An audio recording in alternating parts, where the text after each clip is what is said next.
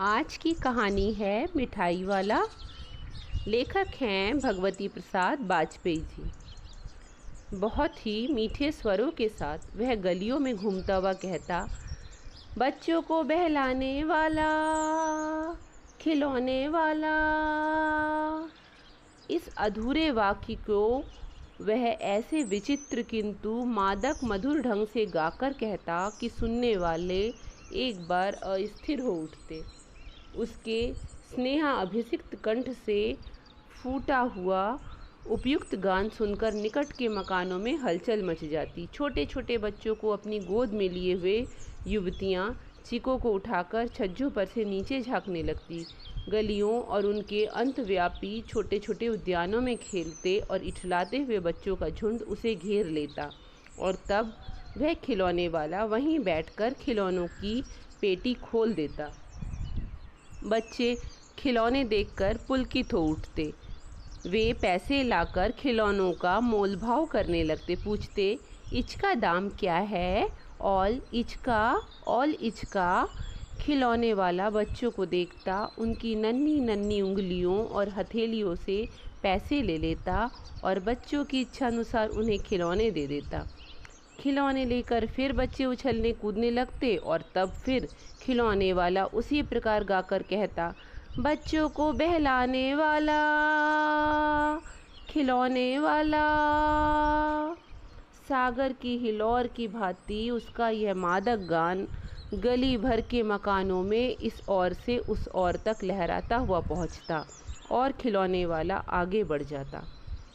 राय विजय बहादुर के बच्चे भी एक दिन खिलौने लेकर घर आए। वे दो बच्चे थे, चुन्नू और मुन्नू। चुन्नू जब खिलौना ले आया तो बोला, मेला घोला कैचा छुंदल है। मुन्नू बोला, ऑल देखो मेला आती कैचा छुंदल है। दोनों अपने हाथी घोड़े लेकर घर भर में उछलने लगे। इन बच्चों की माँ रोहिणी कुछ देर तक खड़े खड़े उनका खेल निरखती रही। अंत में दोनों बच्चों को बुलाकर उसने पूछा, अरे चुन्नू मुन्नू, ये खिलौने तुमने कितने में लिए हैं? मुन्नू बोला, 2 पैसे में खिलौने वाला दे गया है। रोहिणी सोचने लगी, इतने सस्ते कैसे दे गया है? कैसे दे गया है यह तो वही जाने, लेकिन दे तो गया ही है, इतना तो निश्चय है। एक जरा सी बात ठहरी।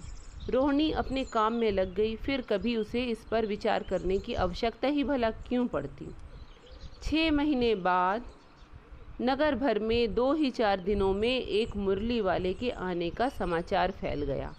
लोग कहने लगे, भाई वाह, मुरली बजाने में वह एक ही उस्ताद है। मुरली बजाकर गाना सुनाकर वह मुरली बेचता भी है, सो भी 2-2 पैसे। भला इसमें उसे क्या मिलता होगा? मेहनत भी तो ना आती होगी। एक व्यक्ति ने पूछा, कैसा है यह मुरली वाला? मैंने तो उसे नहीं देखा। उत्तर मिला, उम्र तो उसकी अभी अधिक ना होगी, यही 30-32 का होगा।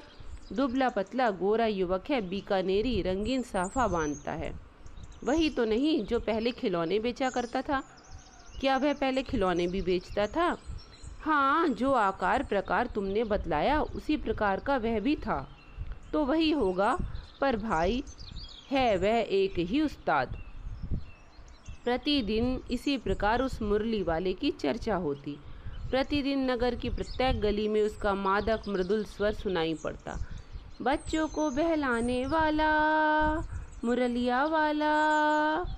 रोहिणी ने भी मुरली वाले का यह स्वर सुना।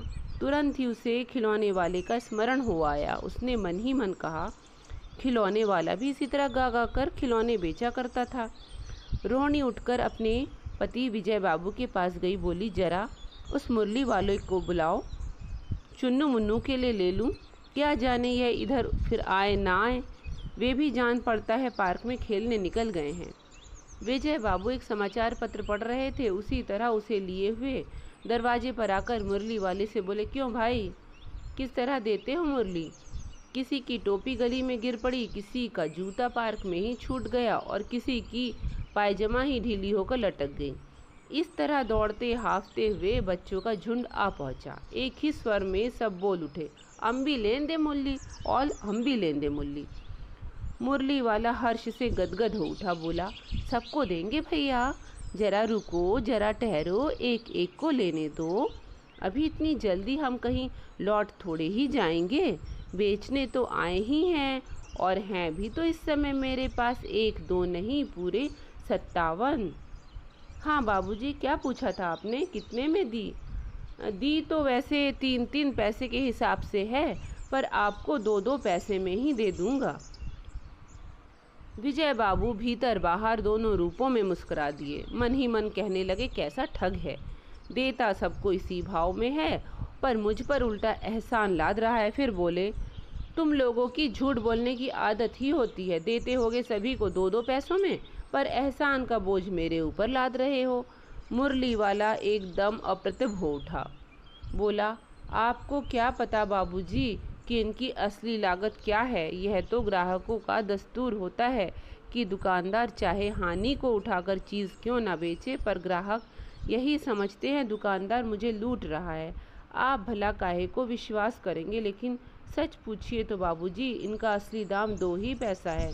आप कहीं से भी 2 2 पैसों में ये मुरलियाँ नहीं ला सकते। मैंने तो पूरी 1000 बनवाई थी, तब मुझे इसी भाव में पड़ी हैं। विजय बाबू बोले, अच्छा, मुझे ज़्यादा वक्त नहीं है, जल्दी से 2 ठो निकाल दो। 2 मुरलियाँ लेकर विजय बाबू फिर मकान के भीतर पहुंच गए। मुरली वाला देर तक उन बच्चों के झुंड में मुरलियाँ बेचता रहा। उसके पास कई रंग की मुरलियाँ थी। बच्चे जो रंग पसंद करते, मुरली वाला उसी रंग की मुरली निकाल देता। ये तो बड़ी अच्छी मुरली है, तुम यही ले लो बाबू। राजा बाबू, तुम्हारे लायक तो बस ये है। हाँ भैया, तुमको वही देंगे, ये लो। तुमको वैसी ना चाहिए, ऐसी चाहिए। यह नारंगी रंग की एक, अच्छा यही लो। पैसे नहीं हैं? अच्छा, अम्मा से पैसे ले आओ, मैं अभी बैठा हूँ। तुम ले आए पैसे? अच्छा ये लो, तुम्हारे लिए मैंने पहले ही से निकाल कर रखी थी। तुमको पैसे नहीं मिले? तुमने अम्मा से ठीक तरह से मांगे ना होंगे। धोती पकड़ के पैरों में लिपट के अम्मा से पैसे मांगे जाते हैं बाबू। हाँ, फिर जाओ, अब की बार मिल जाएंगे। अच्छा, दुअन्नी है तो क्या हुआ, ये 6 पैसे वापस लो। ठीक हो गया ना हिसाब, मिल गए पैसे। देखो मैंने कैसी तरकीब बताई। अच्छा, अब तो किसी को नहीं लेना है, सब ले चुके। तुम्हारी माँ के पास पैसे नहीं हैं? अच्छा, तुम भी ये लो। अच्छा, तो अब मैं चलता हूँ। इस तरह मुरली वाला फिर आगे बढ़ गया। आज अपने मकान में बैठी हुई रोहिणी मुरली वाले की सारी बातें सुनती रही। आज भी उसने अनुभव किया, बच्चों के साथ इतने प्यार से बातें करने वाला फेरी वाला पहले तो कभी नहीं आया। फिर वह सौदा भी कैसा सस्ता बेचता है, और आदमी कैसा भला जान पड़ता है। समय की बात है जो बेचारा इस तरह मारा मारा फिरता है। पेट जो ना कराए सो थोड़ा।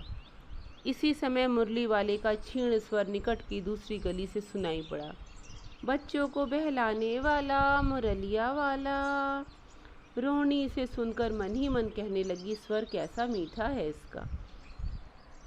बहुत दिनों तक रोहिणी को मुरली वाले का यह मीठा स्वर और उसकी बच्चों के प्रति स्नेहासिक्त बातें याद आती रही। महीनों के महीने बीत गए और चले गए, पर मुरली वाला ना आया। फिर धीरे धीरे उसकी स्मृति भी क्षीण होती गई।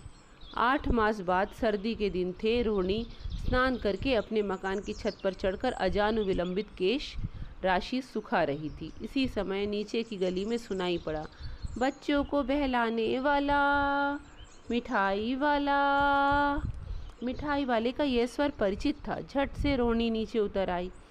इस समय उसके पति मकान में नहीं थे। हाँ, उसकी वृद्धा दादी थी। रोहिणी उसके निकट आकर बोली, दादी, चुन्नू मुन्नू के लिए मिठाई लेनी है, जरा कमरे में चलकर ठहराओ तो। मैं उधर कैसे जाऊं, कोई आता ना हो।